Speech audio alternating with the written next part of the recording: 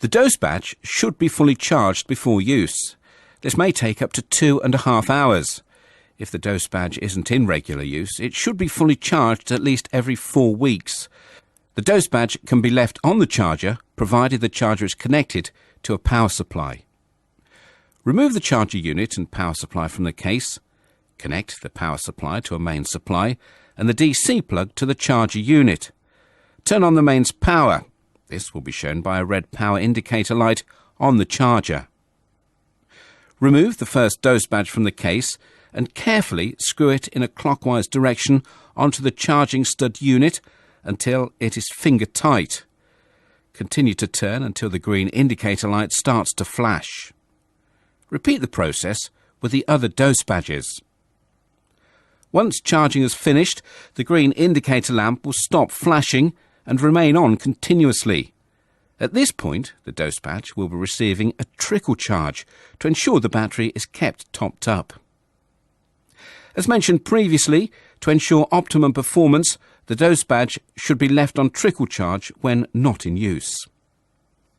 So, to recap, no indicator light means the doseBadge isn't connected. Green indicator light flashing means doseBadge is charging.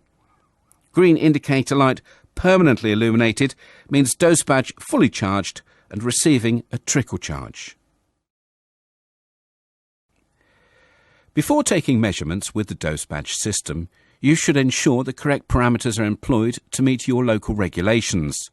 This can be done using the DB Link 3 software or by choosing the appropriate settings in the doseBadge. Turn the reader on with the power button. To access the parameters, press the menu button.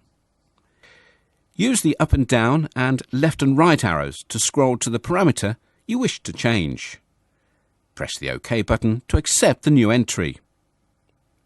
The menu system can be exited at any time by pressing the Cancel button. It's possible to configure the following parameters: clock, time and date, time history measurement, criterion, time and level, threshold setting, time waiting, exchange rate, dual channel measurements, and dose exceedance. The Configuration and Options chapter of the user manual has detailed information about the available parameters and settings and an explanation of their function. Please note that the reader unit's parameters can also be configured using the DB Link 3 software. If the doseBadge hasn't been used for 1 hour, it will be in sleep mode. When in sleep mode, it will not be possible for it to communicate with the reader unit. To wake it up, you should shake it horizontally as shown. The status indicator will flash twice with a blue light to indicate it has woken up. It is possible to wake up a doseBadge by simply handling it or removing it from the charger unit. If, after shaking, the blue light doesn't flash, it may be the case that it is already awake. To check, point the reader at the doseBadge and press the stop button. The blue indicator light should then flash, indicating that it is awake. To reset or calibrate the doseBadge, insert it into the calibrator cavity, ensuring the infrared windows on the doseBadge and the reader are lined up. To reset, press the reset button on the reader, followed by the OK button. A timing bar will move across the screen to indicate progress. Note, this action will remove all previously stored data from the doseBadge memory. The doseBadge indicator light will flash twice to confirm the reset procedure is complete. To calibrate, press the Cal button. A timing bar will scroll across the screen twice to confirm successful calibration.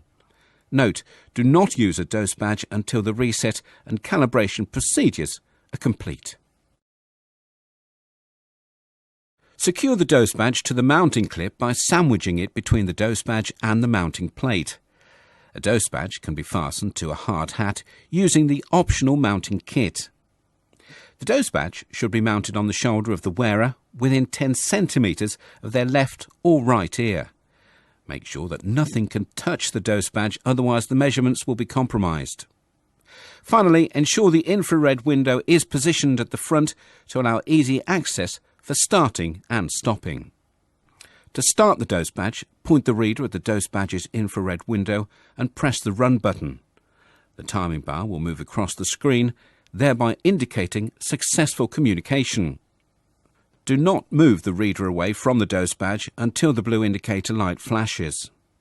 To stop the doseBadge, point the reader at the doseBadge's infrared window and press the Stop button. The indicator light will remain lit for 1 second and then go out. The doseBadge can then be removed and is ready for the measurements to be downloaded. The doseBadge may also be started and stopped using the RC101 key fob remote control unit. Point the key fob at the doseBadge infrared window and press the Run or Stop button. The doseBadge will function in exactly the same way as from the reader unit. A doseBadge can be recalibrated at the end of a measurement. This is an optional step. To calibrate, insert the doseBadge into the calibrator cavity, ensuring the infrared windows are lined up. Press the Cal button. A timing bar will scroll across the screen twice to confirm successful calibration. To read the measurements to the reader unit, insert the doseBadge into the calibrator cavity, ensuring that the infrared windows are lined up. Press the Read button on the reader unit. During the download process, a timing bar will indicate progress of the data transfer. Once complete, the reader unit will display the measurement information. Use the up and down arrows to view the measurement data. Downloaded measurements are stored in the reader unit's memory automatically. By default, the last measurement to be downloaded will be displayed. The display will also indicate how many measurements are stored in total. In this case, there are 10 measurements, and we're viewing number 3. Use the arrow keys to navigate within the measurement data in order to change the views and information displayed. A range of data can be displayed, for example, LEQ, LEX, peak dB, C, or time history. This information will change depending upon the configuration of the doseBadge. For example, if the doseBadge has been set for the OSHA noise measurements, the display will show LAVG and TWA. The information stored and therefore able to be viewed is determined by the configuration of the doseBadge. Before measurements can be downloaded from the reader unit to a computer, the DB-Link 3 software must be installed. This section assumes you've already installed the software. If you haven't, please return to the main menu, from where you can select a section explaining the procedure and instructions on how to install and use the software.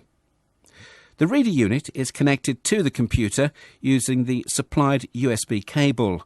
Make sure you've turned on the reader unit using the Power On button. Firstly, taking the end of the cable with the square connector, plug it into the reader unit, noting the correct orientation and taking care not to force it home.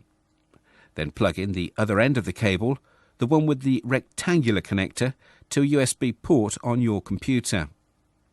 After you've opened the DB-Link 3 software, it'll automatically detect the instrument.